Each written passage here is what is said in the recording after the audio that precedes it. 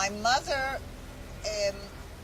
was saved with most of her family because her father, they were quite wealthy, the parents. They owned a flour mill, and her father worked with the Polish people, and the Russians came into their area first, and so they were pretty well off, okay? They were in labor camps, but there were no death camps at the time.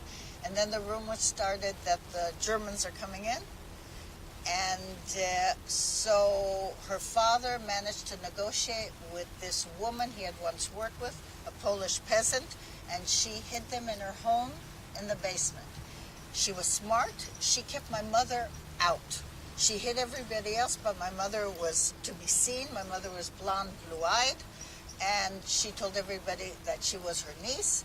She said nobody in the village believed it, but my mother mended all the clothes and crocheted all the clothes for the peasants in the village. She was very handy. Whatever people brought her, she did for them. And this was also a way that the Polish woman could say why she needed extra food, because she needed food for, there were 3 people hidden down below, really 4. It was my grandfather, my grandmother, my uncle, all my mother's family, and my aunt. My mother's sister decided she had to go to her boyfriend. She left and she was killed together with her boyfriend. And the father developed typhus and he died there in the cellar. And so my mother survived with her mother and her brother.